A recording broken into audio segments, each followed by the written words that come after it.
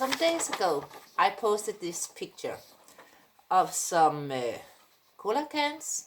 I liked them because they were different, with different colors. And when I put on my reading glasses, I saw that there were names written on it, names of football teams. And I asked, is there anything football going on? And my good friend Steffi Lübeck wrote, yes, Spain is just now beating Germany. And that reminded me of another football game where Spain is involved.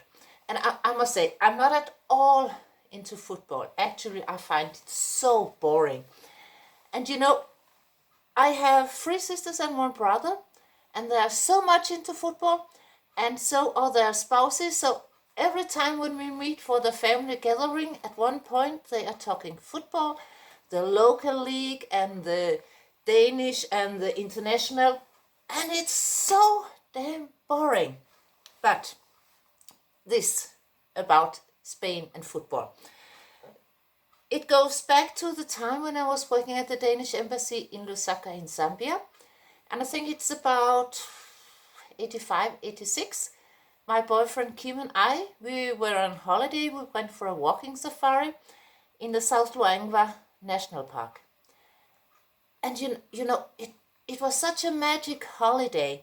We were walking there in the bush, in the wilderness. There was the local guy, the black guide. He went in front. He had a gun. And then came the white guide, Jack. And then the guest, I think we were 7 all in all. And in the back, the 2 tea carriers.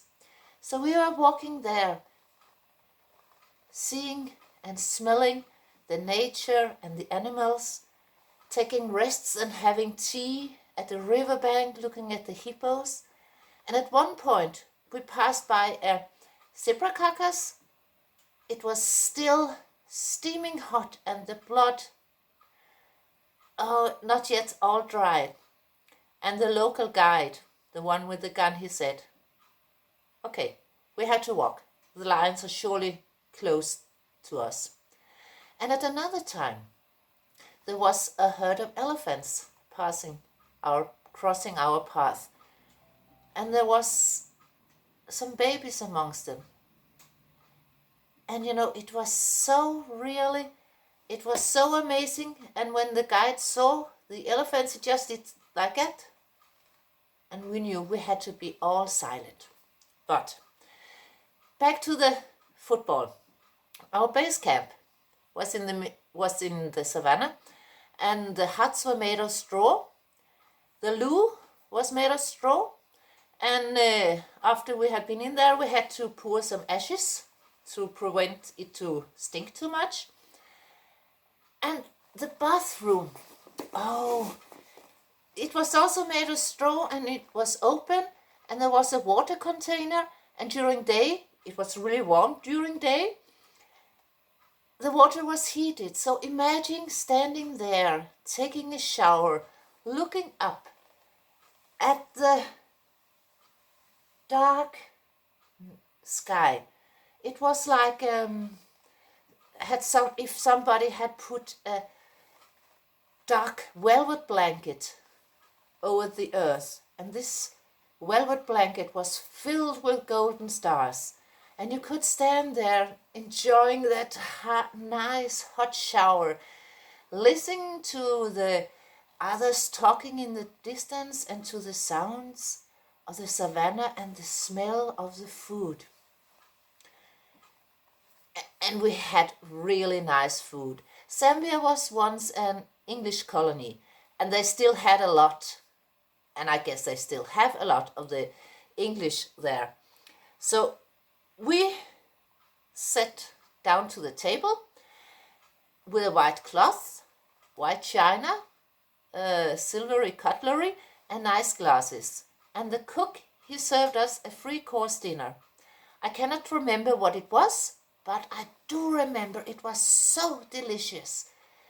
And imagine just sitting there in the middle out nowhere on the savannah and having such a gorgeous meal. It was, wow, it was really magic.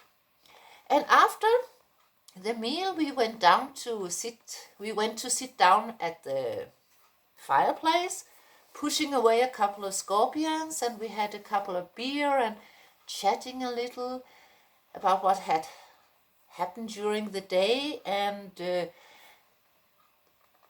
sometimes we were just silent, listening to the sounds of the evening, because it's not at all silent out there in the savannah. The elephants and the lions and the baboons. Oh, it was really, really nice.